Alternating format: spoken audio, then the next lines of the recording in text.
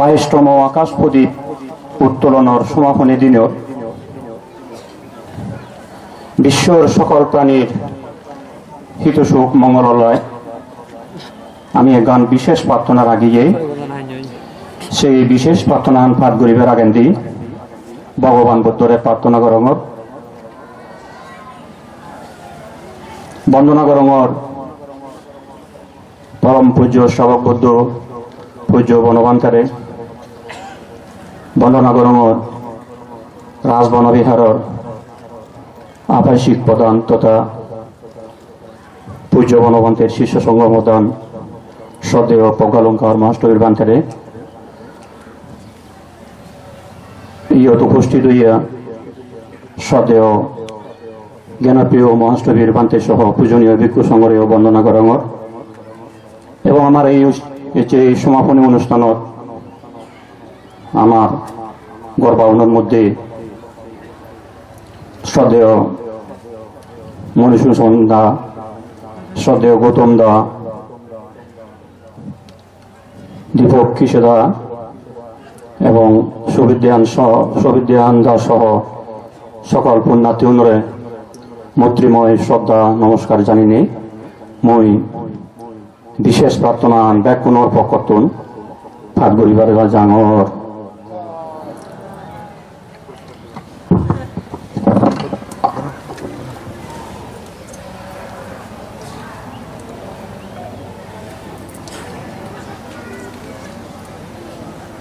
বাইশতম আকাশ প্রদীপ উত্তোলন সমাপনী দিবস 2021 খ্রিস্টাব্দ উদযাপন উপলক্ষে বিশ্বশান্তি ও মঙ্গল কামনায় বিশেষ প্রার্থনা।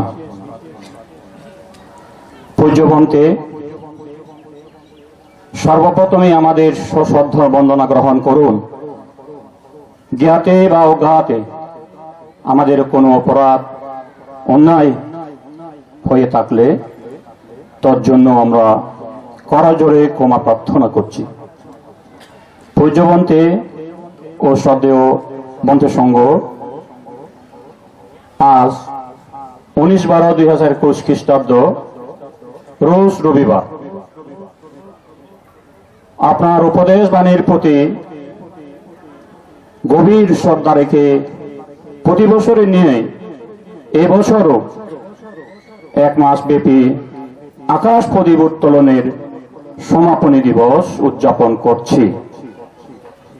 এই দিবসে উপাসক উপাসিকা কার্যনির্বাহী পরিষদ ও সমবেত পুণ্যার্থীবৃন্দ দেবমানব তথা সকল প্রাণীর হিতসুখ মঙ্গল কামনায় বুদ্ধমূর্তি দান, অষ্টপরিষ্কার দান, হাজার প্রদীপ দান ও নানাবিধ দানানুষ্ঠানের মাধ্যমে আমরা অনুষ্ঠানের সমাপ্তি করতে যাচ্ছি।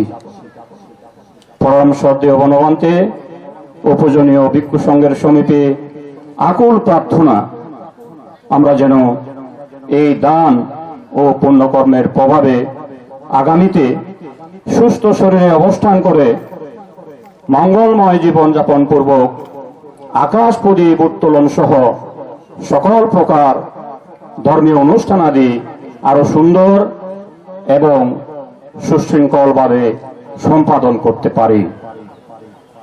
পূজ্যবন্তে ও শ্রদ্ধেয় ভন্তে সংঘ অনুকম্পাপূর্বক আমাদের প্রার্থনা অনুমোদন করুন। দ্বিতীয় এবং তৃতীয়বারেও আমাদের প্রার্থনা অনুমোদন করুন। শ্রদ্ধাবনত উপাসক উপাসিকা কার্যনির্বাহী পরিষদ ও সমবেত পুণ্যার্থীবৃন্দ তারিখ 19/12/2021 খ্রিস্টাব্দ রোজ রবিবার। সাধু সাধু সাধু।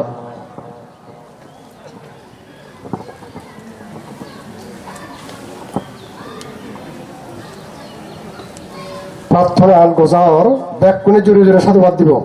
সাধু সাধু সাধু।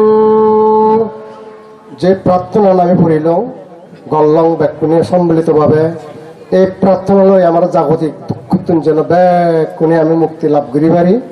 আরেকবার সাধুবাদ দিব। সাধু সাধু সাধু।